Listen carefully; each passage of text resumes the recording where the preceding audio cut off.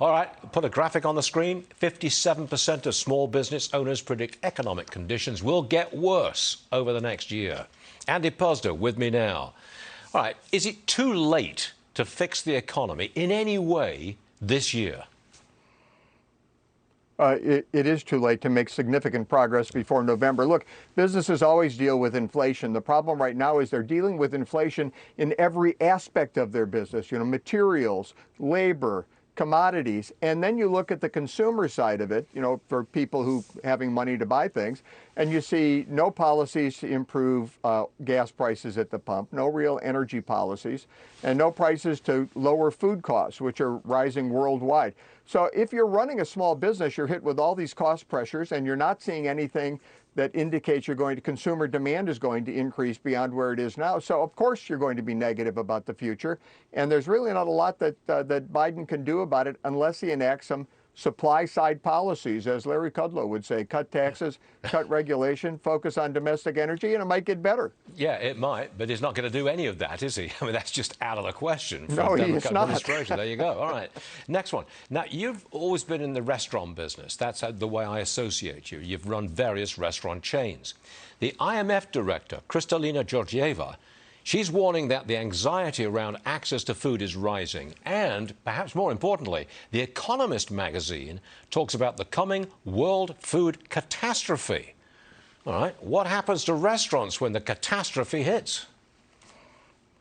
Well, you can only raise your prices so high. And I think restaurants today you're kind of hitting the ceiling on pricing. Because the savings that everybody has from all the government largesse during the pandemic, the savings are starting to run down.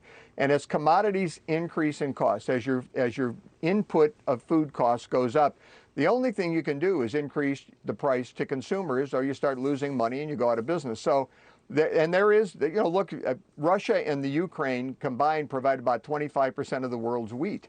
I mean, that's a huge hit to the world food chain. You've got fertilizer up about 50% in cost, which is a huge hit to food costs across the board. So this is another huge problem about to impact the restaurant industry, following increased labor costs and all the problems they had to deal with during the pandemic. Although I will say in Florida, restaurants are doing about 25% better than they were doing before the pandemic, which I think is an impressive number. Gee, I wonder why.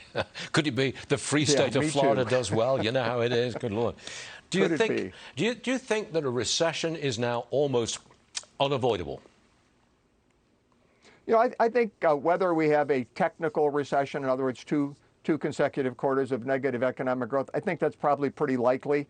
But I think what's more important is American consumers they're facing a recession today. Yeah. I mean, if you look at gas prices and food prices and the price of real estate, people are facing a recession in their lives every day, and I think that's much more important than whether the government comes out and says we're in a technical recession. People are experiencing that today.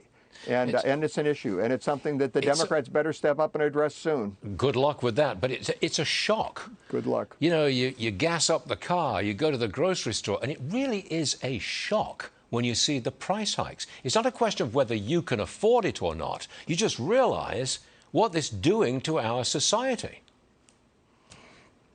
No, it's a shock. I'll tell you, I think another aspect of that is people compare today to where they were 2 years ago in 2019. Yep. So it's not only the shock of these price increases, which a lot of Americans have never really experienced inflation. You and I have from back in the 80s, but a lot of Americans have never experienced inflation. This is a shock to them, and it comes on the heels of 2019 when under President Trump the economy was doing so well, unemployment was so low, a lot of people were working. We had really a tremendous economy, and it's all gone. I mean, we've lost it all. Nobody they're going to put the blame where it belongs. Nobody under 50 can remember anything like this at all. I can. That's I right. remember the 70s. That's right.